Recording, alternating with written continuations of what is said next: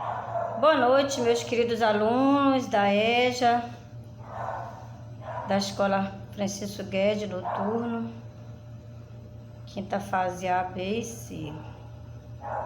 Bem, vamos começar nossa primeira aula de língua portuguesa, ok? Então, nós vamos estudar alguns assuntos que vocês deveriam ter estudado ou podem ter estudado, mas devido a toda essa pandemia que nós estamos vivendo, né, que nós vivemos e continuamos vivendo, de repente não pode ter chegado ao alcance de todos, né? Então vou fazer umas pequenas revisões para não afetar muito o estudo desse ano, né? Temos que torcer que brevemente nós vamos estar voltando para as aulas presenciais para nós podermos estudar melhor. Então, eu vou fazer uma pequena revisão aqui dos tipos de linguagem, né? Nós temos vários tipos de linguagem, mas hoje nós vamos estudar de um modo, digamos assim, mais universal, que são a linguagem padrão e a linguagem coloquial, tá? Então, a linguagem coloquial ou informal, né, é a maneira como usamos a língua no dia a dia, sem aquela preocupação de aplicar as regras gramaticais normativas, já que esta é empregada em situações ou ambientes linguísticos informais. Ou seja, em resumo, é aquela linguagem que nós utilizamos, gente, naquele ambiente, né? Naquele ambiente familiar, naquele ambiente com amigos, não é isso? Quando eu estou em reunião em casa com meus familiares, quando eu estou em umas brincadeiras com meus amigos, os meus colegas, quando estou numa lanchonete, quando estou num bar, quando estou num show, ou seja, nesses ambientes de descontração. Então aí eu não tenho que ficar me preocupando em falar corretamente. A minha preocupação ali é que o meu interlocutor, aquele que para quem eu me desejo falar alguma coisa, me entenda, só isso. Então nesses ambientes, linguagem formal, né? E a linguagem, gente, culta ou formal ou padrão, né? É a maneira como usamos a língua em situações ou ambientes linguísticos mais formais, de modo que nos preocupamos em aplicar as regras gramaticais normativas. Aí eu pergunto para você, aonde você vai utilizar essa linguagem? Lá em casa? Com meus amigos? Não, gente. Essa linguagem eu vou usar lá numa reunião, quando eu estiver tendo com meu chefe, né? Ou então com meus subordinados, não é? Ou quando eu estiver apresentando um trabalho acadêmico, né? Para meus professores. Quando eu estiver produzindo um trabalho escrito, né? Quando eu estiver produzindo uma carta direcionada à minha escola, ao meu diretor, ou a algum órgão público, ou então a uma empresa para fazer alguma reclamação, aí é uma formalidade, eu tenho que usar aquela linguagem mais formal, nada de gírias, né? Nada de palavras de cunho, digamos assim, né? Mais depreciativos, não, aí é uma linguagem mais formal, tá ok? Meu Deus. E aqui eu coloquei esse exemplo para vocês, né? Dessa tirinha aqui do Nick Lauda, em que nós temos os personagens conversando, né? E aí você pode observar, né? Que aqui nós temos o uso das duas linguagens pelos personagens. Mas o que eu vou atentar para aquele ambiente que vai acontecer as falas, né? Para o contexto. Então, no primeiro quadro que nós observamos é uma linguagem mais culta, né? Mais formal, mais preocupada com a norma. Por exemplo, essa questão de respeito também, né? Olha só, o personagem fala assim: vejo que o nobre companheiro achou uma goiabada. Aí vem o outro ratinho, né? Sim, e o distinto rapaz achou queijo. Aí mais outro quadrinho dele. Juntando os dois, quitutes, olha só, quitutes, pode-se fazer um saboroso sanduíche. Aí o outro fala, é fato. E aí vem o último quadrinho, ele se agarrando. Ali naquele momento acabou a formalidade, né? E já é um outro contexto. É o contexto de briga mesmo, brigando pelo pedaço de queijo da goiabada. Aí, no caso, o linguajar aí já saiu da formalidade, né? Já entrou na informalidade. Me dá essa goiabada, cretino, passa o queijo, bundão. E aí, gente, um exemplo bem simples, mas muito legal, né? Dessa linguagem, né? Da linguagem que nós utilizamos no nosso dia a dia, que é como uma roupa, né? Para cada ambiente, um tipo de linguagem. E aqui mais um exemplo, né? Dessa linguagem que eu estou falando para vocês, né? Aqui nós temos várias falas. Por exemplo, nós temos uma fala que tem mesmo assim: eu vou matar essas pessoas tudo. E aí um outro personagem diz assim: tá errado.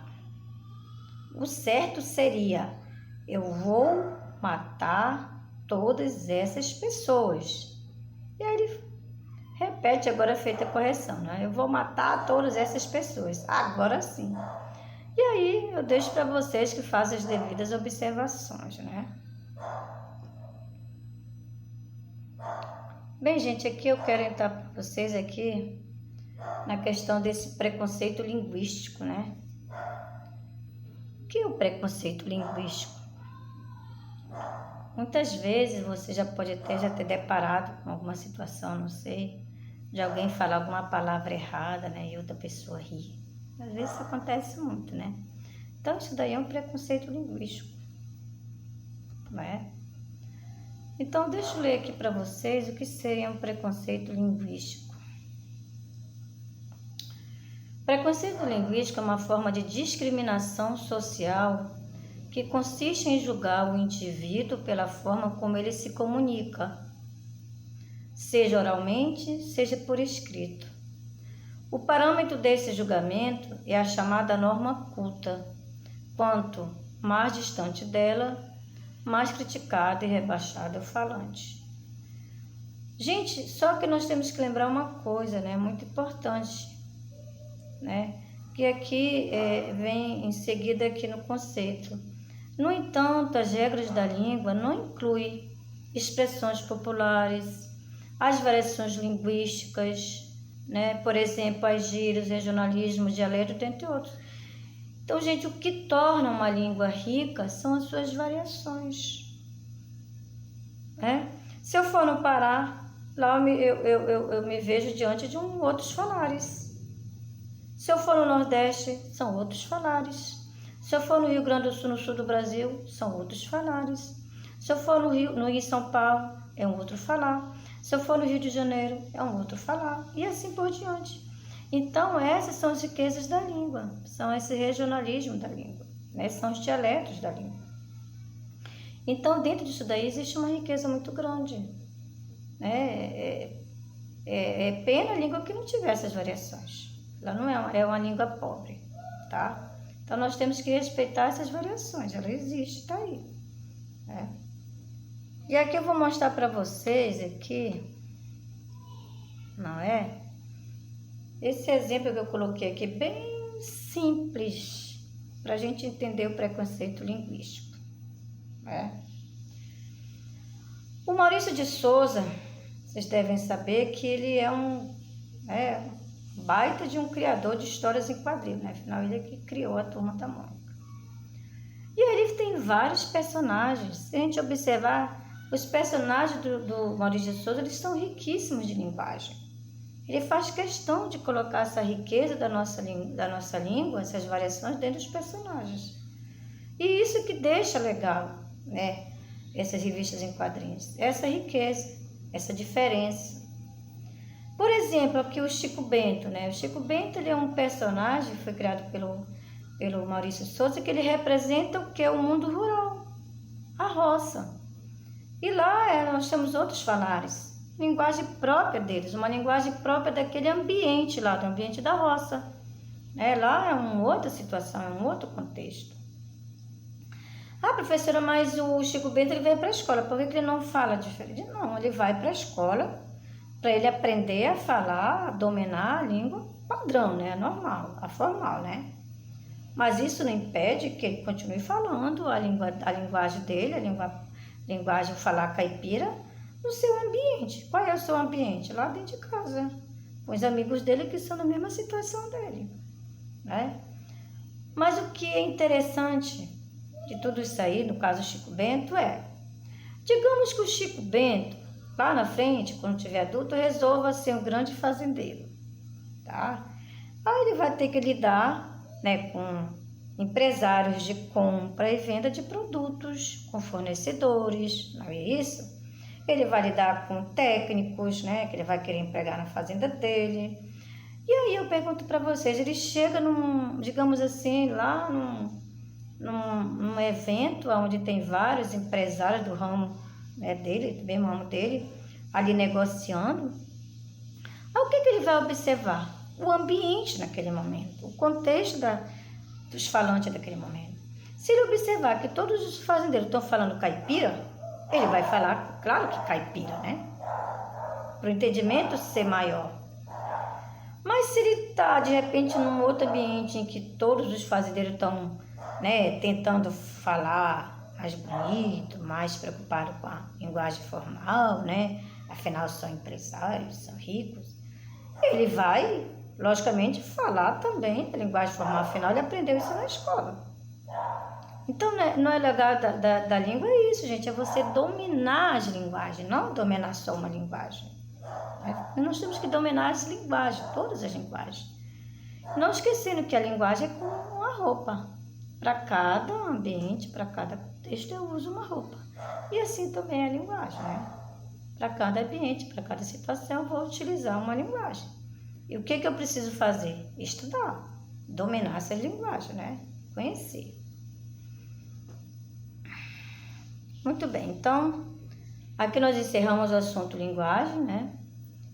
Vamos voltar mais tarde.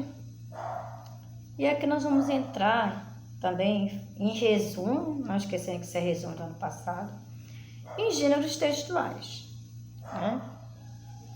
Nós vamos estudar aqui, fazer uma revisão de 3 gêneros textuais: biografia, fábula e conto, tá? Biografia é um tipo de texto, né, que narra a história da vida de alguém. A palavra biografia ela é composta pelos termos de origem grega, bio, quer dizer vida, e grafia, escrita, então escrita, vida. Logicamente que a biografia, né, para você produzir uma, ela tem as suas características. É importante conhecer as características desse gênero, né? E quais são as principais características desse gênero biográfico, né? Vamos lá. O gênero narrativo, né? Narrar é contar a história de alguém, né? Escrever sobre a história de alguém. O texto narrado em terceira pessoa, ou seja, ele, ela. Ordem cronológica dos fatos. Conjunto de informações sobre a vida de alguém. Relato de fatos marcantes da vida de alguém. Uso de pronomes pessoais e possessivos, seu, sua, né? Dele, teu. Uso de marcadores temporais, por exemplo, na infância, na adolescência, naquela época. Predomínio de verbos no pretérito, ou seja, passado, né? É uma coisa que já aconteceu, estou escrevendo sobre a vida da pessoa que já aconteceu, né? Perfeito, esse pretérito vai ser imperfeito ou não imperfeito. E a verossimilhança dos fatos narrados, né? Se eu estou contando a história de alguém, se eu vou escrever sobre a história de alguém, eu tenho que apurar o que realmente aconteceu naquela vida de alguém. Eu não posso ficar contando também mentira, né? Então, verossimilhança, gente, é aquilo que é verdadeiro, ok? E aqui tem um pequeno exemplozinho, né, de uma biografia, né? E aí vocês podem ler, né? Eric Soares da Silva, primogênito de uma família de 4 irmãos, Esmeralda, Elbane, Eric, Elizabeth, nasceu no dia 22 de fevereiro de 1967, na maternidade municipal da cidade pernambucana de Caruaru. Filho de pais desconhecido, foi adotado logo após o seu nascimento por Heleno Soares da Silva e Maria Vênus Xavier da Silva. Aos 2 anos de idade, seus pais se mudaram para a cidade do Rio de Janeiro, onde viveu até os 10 anos de idade, quando retornou para a cidade do Recife, indo morar no bairro de Santo Amaro. E aí vai por diante. Então, quando eu coloco esse parêntese, né, com pontuação dentro, eu estou dizendo que isso aqui é apenas um trecho de uma biografia. Tá, ok? Ok. Outro gênero, fábula. A fábula é um texto basicamente ficcional, ou seja, inventado, criado por alguém, cujos personagens, na maioria das vezes, são animais com características humanas. Que características são essas? Falar, né, gente? Quando o animal fala na história, é característica humana, gente. Porque animal a gente sabe que não fala, né? Outra característica desse gênero é quase sempre apresenta um ensinamento moral, fazendo alusão a comportamentos humanos. Então, a fábula, gente, ela tem uma mensagem para passar para o seu leitor, né? Ela tem um ensinamento, tá?